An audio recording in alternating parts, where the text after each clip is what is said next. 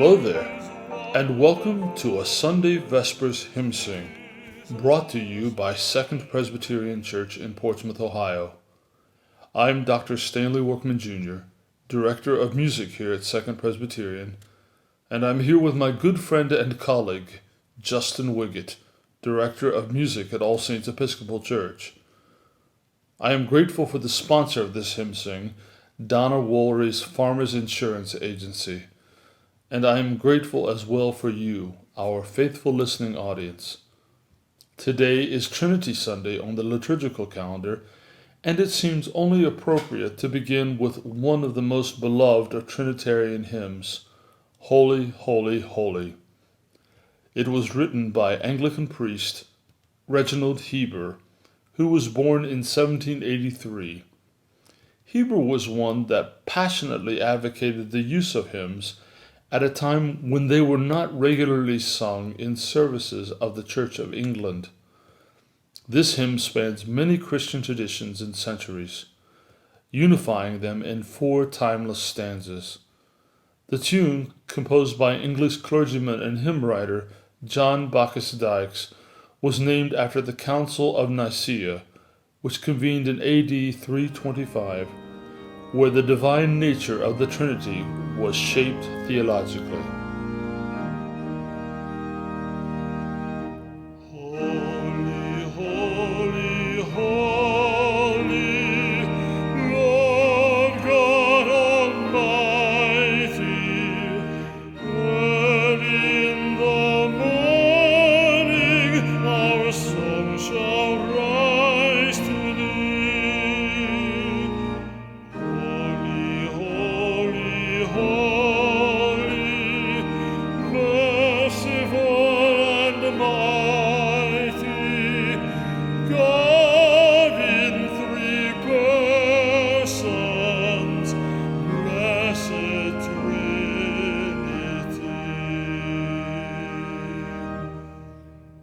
Holy, holy, holy, all the saints adore thee, casting down their golden crowns around the glassy sea. Cherubim and seraphim falling down before thee, which word and art and evermore shall be. Holy, holy, holy, though the darkness hide thee, though the eye of sinful man thy glory may not see. Only thou art holy, there is none beside thee, perfect in power, in love and purity. Holy, holy, holy, Lord God Almighty, all thy works shall praise thy name in earth and sky and sea. Holy, holy, holy, merciful and mighty, God in 3 persons, blessed Trinity.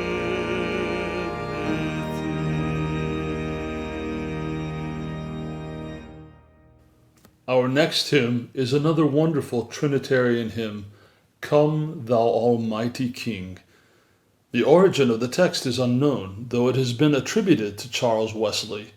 However, There is no record of this hymn in any of Wesley's collections of hymns, nor is there any hymn known to be Wesley's that uses the same meter as this hymn. The hymn tune was written by Felice Giardini and was first published in a collection published in 1769.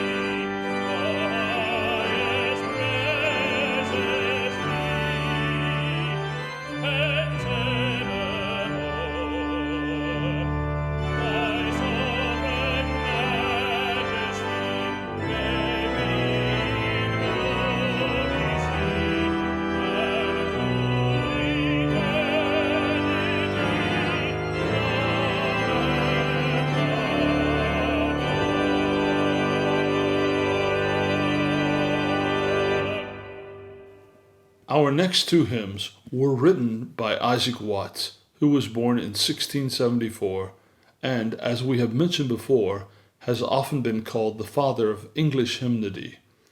Watts was greatly dissatisfied with the way hymns were sung and written. He pioneered a new approach that was highly controversial and passionately debated at the time by composing hymns that Christianized the texts of the Psalter. O God, our help in ages past is one of the great hymns of faith and hope.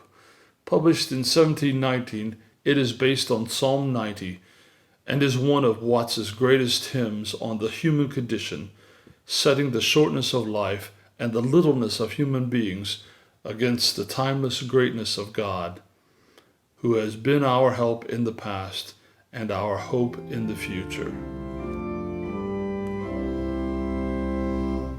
O God, our help in ages past, our hope for years to come, our shelter from the stormy blast, and our eternal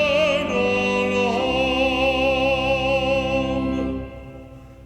Before the hills in order stood, o'er earth receive their frame. From everlasting thou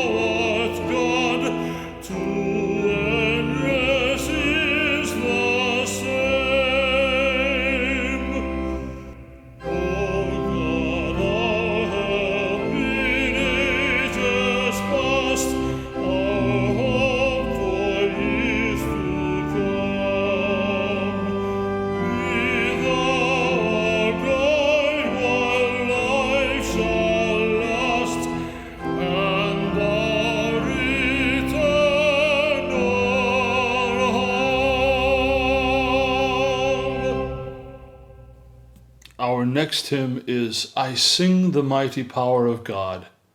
I Sing the Mighty Power of God, with all of its vivid metaphors of creation, was originally conceived as part of a children's hymn collection published by Dr. Watts in 1715. He felt very strongly about teaching theological truths to children through hymns, stating that these songs will be a constant fixture in the minds of children, giving something to think and meditate upon when alone. And in singing these songs over and over to themselves, it may perhaps give their thoughts a divine turn. I sing the mighty power of God that made the mountains rise, that spread the flowing seas abroad, and built the lofty skies. I sing the wisdom that ordained the sun to rule by day. The moon shines full at his command, and all the stars obey. I sing the goodness of the Lord that filled the earth with food. He formed the creatures with his word, and then pronounced them good. Lord, how your wonders are displayed where'er I turn my eye. If I survey the ground I tread, or gaze upon the sky, there's not a plant or flower below, but makes thy glories known, and clouds arise and tempests blow by order from thy throne. While all that borrows life from thee is ever in thy care, and everywhere that I may be, thou God art present there. The next two songs are often referred to as choruses rather than hymns, due to a lack of verses, but in their brevity, they go right to the heart of the matter, the name of Jesus. His Name is Wonderful was composed by Audrey Meyer, a musician with extensive work in the evangelistic field. Jesus, There's Something About That Name is a song composed in 1970 by Bill and Gloria Gaither, the renowned music evangelists, whose song can be found in many modern hymnals today. His name is wonderful. His name is wonderful. His name is wonderful. Jesus, my Lord.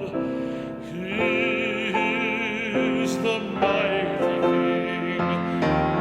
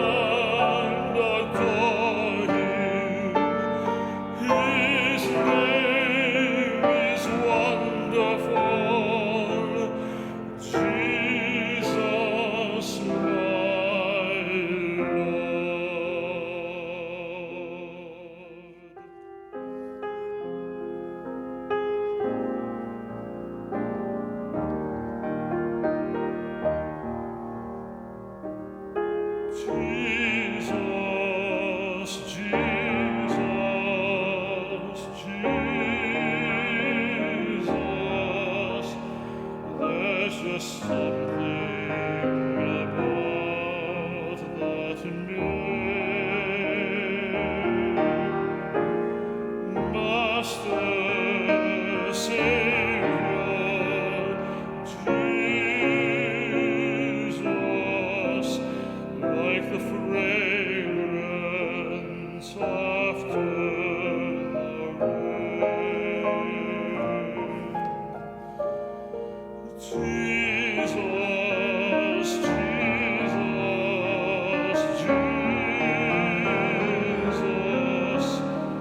let all heaven and earth proclaim. Kings and kingdoms may all pass away, but there's something about that name. Our next hymn today is Sweet, Sweet Spirit, composed by Doris Akers. Akers, who was born in 1923, was a composer, arranger, and singer of gospel music. She was well known for her work with the Sky Pilot Choir, an integrated choir which was featured on recordings and television shows and radio broadcasts across the country. We heard this wonderful song sung last week on our Pentecost program, but we will hear it now as an organ meditation.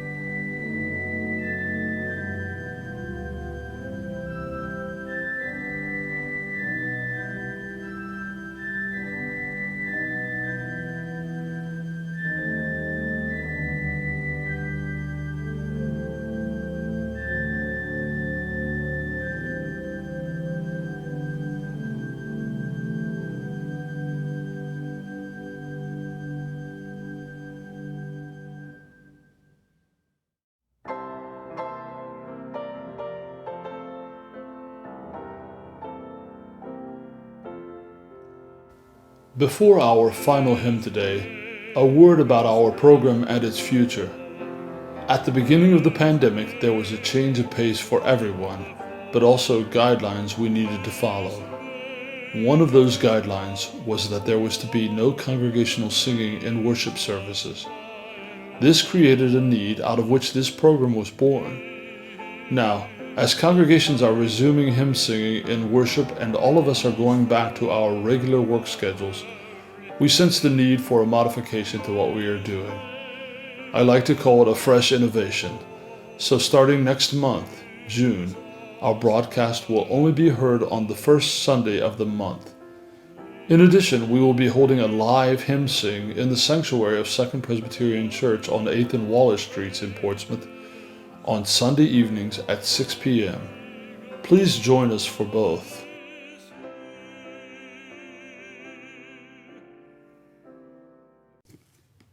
Our final hymn today is the wonderful Trinitarian hymn, Eternal Father, Strong to Save. The original words to this beloved hymn were written in 1860 as a poem for a student who was about to sail for the United States. The writer, William Whiting of Winchester, England, was inspired by the words of Psalm 107, which vividly described the dangers of the sea. It was popularized by the Royal Navy and the United States Navy in the late 19th century, thus earning the title the Navy Hymn. For its 1940 hymnal, the U.S. Episcopal Church altered verses of the hymn to include travel on the land in the second verse, referencing Psalm 50, and in the air in the third verse, again referencing Genesis. The melody published with the text in 1861 features another hymn tune composed by Reverend John Bacchus Dykes. For many people, especially those who have served in the armed forces, this hymn embodies memories of their service, their patriotism, and their hopes. In light of the upcoming observation of Memorial Day, we dedicate this hymn to all who have served.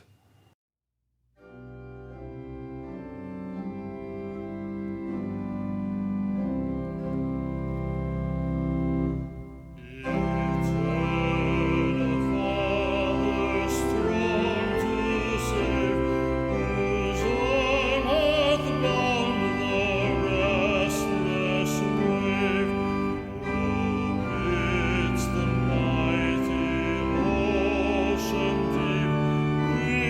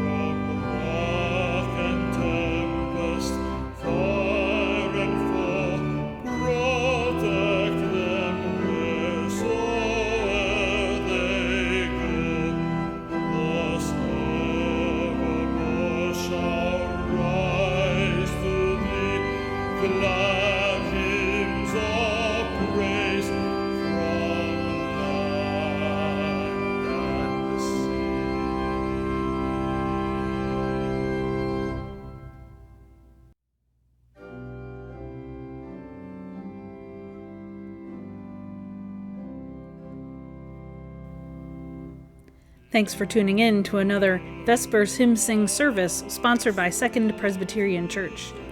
We hope you enjoyed our service today, and if you have requests of hymns that you would like to hear, or if you would like to sponsor one of these radio broadcasts, please contact the church at 740-353-4159. That's 740-353-4159. Again, thanks for listening, and we'll see you back here at 6 o'clock on WIOI.